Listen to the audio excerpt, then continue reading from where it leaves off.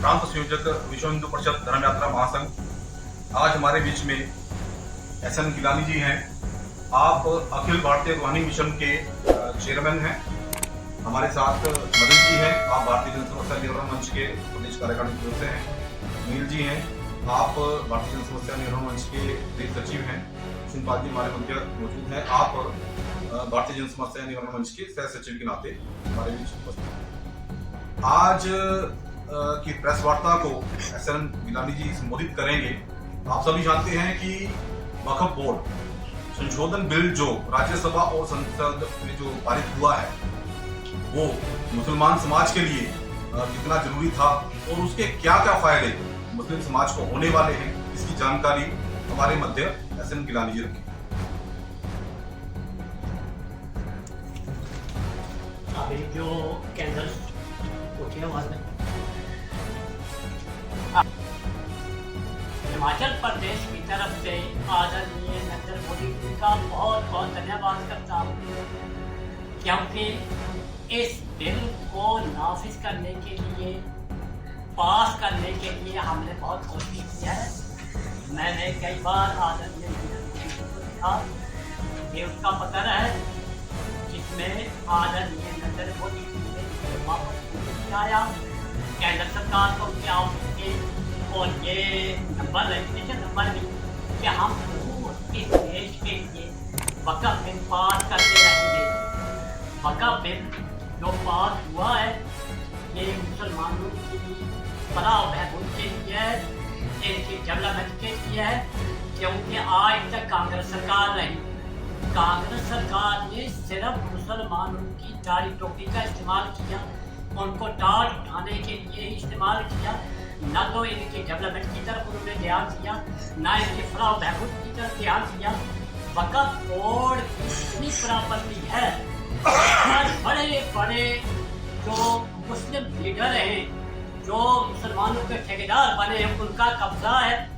और इस बिल से एक तो आम मुसलमानों को फायदा मिलेगा, गरीबों, यतीमों, बेवाओं और महिलाओं को फायदा मिलेगा। जो गरीब होंगे वक्फ प्रॉपर्टी जो उनको जमीन दी जाएगी, उनको आबाद किया जाएगा, इस पैसे को गरीबों पर खर्च किया जाएगा। वक्फ बोर्ड जो मनमाने तरीके से वक्फ बोर्ड के जो अधिकारी है मनमाने तरीके से आम मुसलमानों को और जो वक्फ बोर्ड की किराएदार है या वक्फ बोर्ड से संबंधित थे उनको परेशान करते थे, उनके खिलाफ ट्रिब्यूनल कोर्ट में चले जाते थे और ट्रिब्यूनल कोर्ट के बाद किसी भी फैसले को मंजूर नहीं करते थे। जो ट्रिब्यूनल कोर्ट का फैसला होता था वो सबसे लास्ट और खत्मी, उसके ऊपर हाई कोर्ट, सुप्रीम कोर्ट में भी नहीं जा सकते थे। इस बिल की वजह से उस मुसीबत से पूरे देश के मुसलमानों को निजात मिली है। अब ट्रिब्यूनल कोर्ट में अगर कोई वहाँ के फैसले से संतुष्ट नहीं होगा, वो दूसरे किसी कोर्ट में जा सकता है, वो हाई कोर्ट में जा सकता है, सेशन कोर्ट में जा सकता है, सुप्रीम कोर्ट में जा सकता है। दोनों तरीके से फायदा है। इधर से वक्फ बोर्ड को भी फायदा है कि जो उनकी प्रॉपर्टी लोगों ने कब्जे कर रखी है वो भी छुड़ाकर उनके हवाले की जाएगी, और दोनों तरीके से जो मुस्लिम नेता इस वक्त असदुद्दीन अवैसी है या मौलाना अरशद मदनी है, वो मुसलमानों को गुमराह कर रहे हैं और मुसलमानों को उछाल कर इस देश के अंदर फिरका वाराना फसाद पैदा करने की कोशिश कर रहे हैं। मैं भारत सरकार से आपके माध्यम से ये गुजारिश करना चाहता हूँ कि ऐसे लीडरों पर लगाम लगानी चाहिए जो जिन्होंने आज तक मुसलमानों को इस्तेमाल किया, मुसलमानों के लिए कोई काम नहीं किया। अगर आप हिमाचल प्रदेश को देखें, हिमाचल प्रदेश के अंदर कांग्रेस सरकार रही है 70 साल, और 70 सालों में एक भी डिपार्ट कांग्रेस ने नहीं बनाया। एक हज कमेटी की 2000 में जब मैं चेयरमैन बना तो आप ये सुनकर हैरान हो जाएंगे कि हज कमेटी का बजट एक साल का मुसलमानों के 30,000 से क्या बनता है? चाय आज अगर 2 आदमी पीछे वो भी नहीं खाते। तो मैंने सेक्रेटरी के अंदर मीटिंग बुलाई, मैंने मुख्यमंत्री जी को लिखा और मुख्यमंत्री जी को मैंने लिखा कि इसका 1 लाख कर दिया जाए। मुख्यमंत्री जी ने मेरी तरफ देखा और हंसने लगे फिर उन्होंने कहा गिलानी साहब 1 लाख नहीं, जितना भी मुसलमान प्रदेश के खर्च कर सकते मैं उतना आप दस्तखत करता हूँ। कितनी बड़ी बात है। हिमाचल के अंदर कोई वक्फ बोर्ड नहीं था, वक्फ बोर्ड हमने अलग किया। 2000 में शिमला में हमने मीटिंग बुलाई, ये उसकी कापी है, ये वक्फ बोर्ड का अलग होने का ये सारा है। ये 2003 में हमने वक्फ बोर्ड अलग किया। एक चीज सेक्रेटरी को मैं उसके साथ दिल्ली गया, पार्लियामेंट हम उसके अंदर गए, हम कई बार प्रधानमंत्री को मिले हम, और इस तरह हिमाचल प्रदेश का वक्फ बोर्ड 2003 बोर्ड का जहाँ तक ताल्लुक है हिमाचल के अंदर वो मैंने बनाया। उसकी ये नोटिफिकेशन सरकारी मेरे पास मौजूद है। यानी जो कुछ भी मुसलमानों की डेवलपमेंट के लिए हुआ है या हो रहा है, ये सिर्फ आरएसएस और बीजेपी ने किया है। आरएसएस और बीजेपी को मुसलमानों के डेवलपमेंट की फिक्र है। इस वक्फ बोर्ड से महिलाओं को फायदा मिलेगा, गरीबों को फायदा मिलेगा, यतीमों को फायदा मिलेगा। जो बड़े बड़े जिन्होंने वक्फ बोर्ड की प्रॉपर्टी पे कब्जा कर रखे, चाहे वो मुसलमान है चाहे वो किसी दूसरी जात का है, उनसे छीन कर उनसे वापस लेकर गरीबों को दी जाएगी। ये जो प्रकंडा किया जा रहा है कि इससे मुसलमानों को नुकसान होगा, ये बिल्कुल झूठा प्रकंडा है। बल्कि इस वक्फ बोर्ड के बिल से मुसलमानों को खुशी होनी चाहिए। पहले 3 तलाक का बिल पार्लियामेंट के अंदर लाकर आदरणीय नरेंद्र मोदी जी ने पूरे हिंदुस्तान के मुसलमानों पर एहसान किया है, उसके लिए मैं उनका धन्यवाद करता हूँ। आप वक्फ बोर्ड का जो बिल लाए, इस वक्फ बोर्ड के बिल लाने में हिमाचल प्रदेश का भी बड़ा अहम रोल रहा है, क्योंकि मैं हिमाचल प्रदेश से हूँ, मैं आपके इज्जत से हूँ, और खासकर अखिल भारतीय रूहानी मिशन का राष्ट्रीय अध्यक्ष हूँ, और जन समस्या निवारण जो मध्य हिमाचल प्रदेश का मैं उपाध्यक्ष हूँ। उसके मंच पर हमने केंद्र सरकार तक ये बात पहुँचाई, आदरणीय नरेंद्र मोदी जी तक ये बात पहुँचाई, और आदरणीय नरेंद्र मोदी जी ने हमारी बात को स्वीकार किया। आज हमें खुशी है, हम आपके माध्यम से आदरणीय नरेंद्र मोदी जी का, केंद्र सरकार का, आदरणीय अमित शाह जी का शुक्रिया अदा करना चाह रहे। और मैं हिमाचल प्रदेश के मुसलमानों को भी ये कहना चाहता हूँ कि आप अपने तरीके से आदरणीय नरेंद्र मोदी जी का शुक्रिया अदा करें, खुशी का इजहार करें, क्योंकि आपको फायदा होगा, आपकी डेवलपमेंट होगी, आपके बच्चों की डेवलपमेंट होगी, गरीबों की डेवलपमेंट होगी। अभी आपको नजर नहीं आ रहा है, लेकिन इसका फायदा कुछ सालों में आपको नजर आएगा। अभी आपको मुसलमानों के बड़े बड़े नेता गुमराह कर रहे, आप उनकी गुमराही की तरफ मत जाए, आप उनके बयानों की तरफ मत जाए, आप कांग्रेस के झूठे प्रकंडे की तरफ मत जाए, क्योंकि कांग्रेस ने हिमाचल प्रदेश और पूरे देश के मुसलमानों के लिए कुछ भी नहीं किया है। सिर्फ मुसलमानों की दाढ़ी टोपी का इस्तेमाल किया है, सिर्फ मुसलमानों को टाट उठाने के लिए, चाय डालने के लिए इस्तेमाल किया है। अगर देश के मुसलमानों की माइनॉरिटी की किसी को फिक्र है तो वो आरएसएस को है, वो भारतीय जनता पार्टी को है, वो आदरणीय नरेंद्र मोदी जी को है, वो आदरणीय अमित शाह जी को है।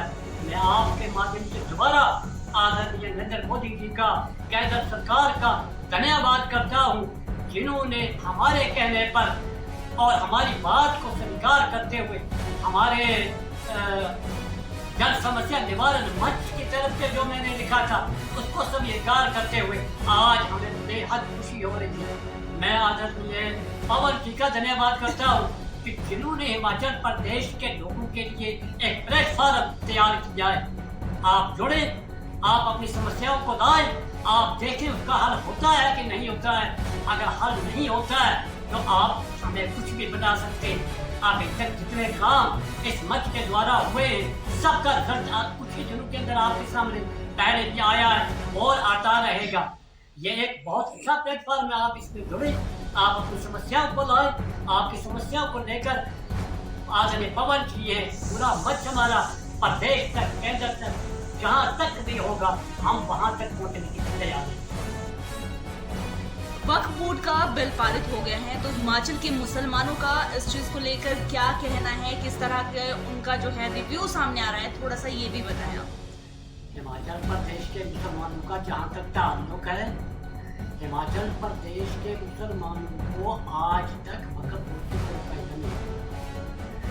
अब हिमाचल प्रदेश के मुसलमानों की उम्मीदें जाग गई। कि आप उनके बच्चों को इसका फ़ायदा मिलेगा, गरीबों को फ़ायदा मिलेगा, बेवाओं को फ़ायदा मिलेगा, क्योंकि अभी तक हिमाचल वक्फ बोर्ड जब से अलग हिमाचल का बना है, अपने तरीके से इन्होंने न तो कोई स्कूल चला रहे, न तो किसी की मदद कर रहे, न इन्होंने अपने लेवल पर मुसलमानों को चुना है। अब जब ये बिल पास हुआ, इस बिल पास होने की वजह से जो वक्फ बोर्ड की प्रॉपर्टी लोगों के कब्जे में है, उसको छुड़ाने के लिए हमारा रास्ता साफ हो जाएगा और उस जमीन को, उस लैंड को, उस प्रॉपर्टी पर मुसलमान गरीबों को घुसाया जाएगा, मुसलमान यतीमों को दी जाएगी, मुसलमानों की बेवाओं को दी जाएगी। और इसके साथ साथ वक्फ का जो पैसा है, वक्फ की जो प्रॉपर्टी है जो आज़ाद कराई जाएगी, शिमला में बहुत बड़ी प्रॉपर्टी है, सोलन में प्रॉपर्टी है, धनकारा में है, धर्मपुर में है, जो लोगों के कब्जे में है, वो आज़ाद करा के जो गरीब मुसलमान हैं एक उनको घुसाया जाएगा, उनकी डेवलपमेंट पे खर्च किया जाएगा, उनकी अपडेवलपमेंट पे खर्च किया जाएगा और साथ साथ उनकी एजुकेशन पे खर्च किया जाएगा।